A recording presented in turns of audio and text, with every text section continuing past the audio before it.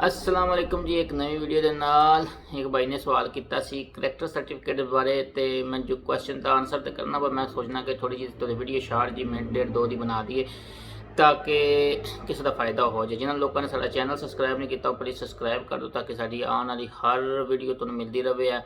बाद इन्फॉर्मेशन असीं बड़ी मेहनत करके लैके आने हैं। भाईजान करैक्टर सर्टिफिकेट एक भाई ने सवाल पूछा सी, सर करैक्टर सर्टिफिकेट का यह होंदा है कि जब स्पेन का रूल है कि जदों भी कोई भी बंदा स्पेन दे विच 3 साल रह के अराइगो अप्लाई करता है, 3 सालों की बुनियाद उत्ते पेपर अप्लाई करता है तो उन्होंने कहते हैं कि करैक्टर सर्टिफिकेट लैके आ। हुण इनू दो हिस्सों असीं तकसीम कर लैंदे हैं, ठीक है, ताकि समझने वाले नूं समझ आ जाए। पहली चीज़ तो यह है कि उहदा वो जो 3 साल रहा इत्थे, 4 साल रहा, 5 साल रहा, जिहदी बेस ते राइगो अप्लाई कर रहा है, वो यानी कि जितना भी अरसा स्पेन दे विच रहा उसका करैक्टर सर्टिफिकेट स्पेन की मिनिस्ट्री खुद ही लभ लैंदी है। वो बंदे नूं नहीं कहती तुसीं सानूं लिया के दो है, वो खुद ही जो तुसीं पेपर जमा कराओगे तो खुद ही इनफॉर्म जिहड़े ने पुलिस को भी लै लेगी, तो इनफॉर्म जिहड़े ने खुद ही सियाल भी लै लेगी अदालत को। किसी बंदे कोई केस नहीं, किसी केस से सजा याफ्ता तो नहीं है।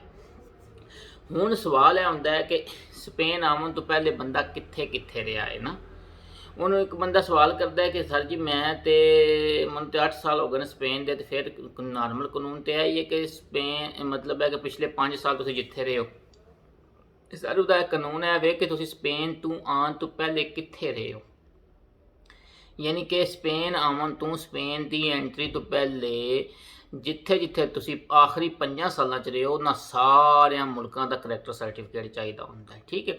साढ़े बंदे नॉर्मल शो ही करते हैं, जोड़ा भी कोई राइगो अप्लाई करता हुआ ही शो करता जी देखो जी मैं तो इत्थे ही आया वहाँ, तो इस तो पहले मैं पाकिस्तानों आया वहाँ, तो मेरा तो और कोई चक्कर ही कोई नहीं है। तो फिर वो कहते चल पाकिस्तान का करैक्टर सर्टिफिकेट शो कर, यानी कि साढ़े बंदे ओवरऑल मिड वे शो ही नहीं करते हैं, ठीक है। जो पेपर जमा कराने ना शो ही नहीं होंदा, ओवरऑल जेन चाहिए होंदा पाकिस्तान सीधा इत्थे आया, उस तो बाद तेरे पेपर लैन की कोशिश कर रहा है, और इस तो पहले पाकिस्तान सी, इस गल पाकिस्तान का करैक्टर सर्टिफिकेट मंगते हैं। मेरा एक दोस्त से असी उदा इटली के पेपर जो इटली तो यानी कि उदा यूरोपीय यूनियन का कार्ड से चेंज कराया से, असी इटली का करैक्टर सर्टिफिकेट लाया से, पाकिस्तान का नहीं सी लाया, ठीक है, क्योंकि शो होया सी कि इस तो पहले इटली रहा सी। उन्हें एक भाई कहते हैं कि मैं सऊदी अरब रहा, मेरी बर्थ उत्थे दी है, तो क्या मैनू सऊदी अरब का करैक्टर सर्टिफिकेट शो करना पवेगा। भाई असल गल होंगी कि जो तुम स्पेन च एंट्री की है उस तो पहले अगर तुम उन्होंने पासपोर्ट देंगे हो, उन्होंने प्रूफ देंगे हो कि इस तो पहले तुम सऊदी अरब साल 2 साल रहे हो, फिर तो तुम्हें करैक्टर सर्टिफिकेट भी सऊदी अरब का शो करना पवेगा।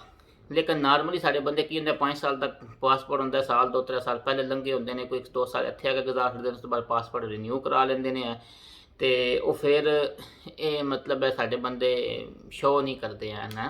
जे कानूनी तौर पर कानून है ही होंगे, ठीक है जी, है कि आखिरी 5 सालों जिथे जिथे तुसी रहे हो स्पेन आने तो पहले उत्थे का करैक्टर सर्टिफिकेट देना होंगे। लेकिन है कि जो तुसीं उन्होंने दसो तो।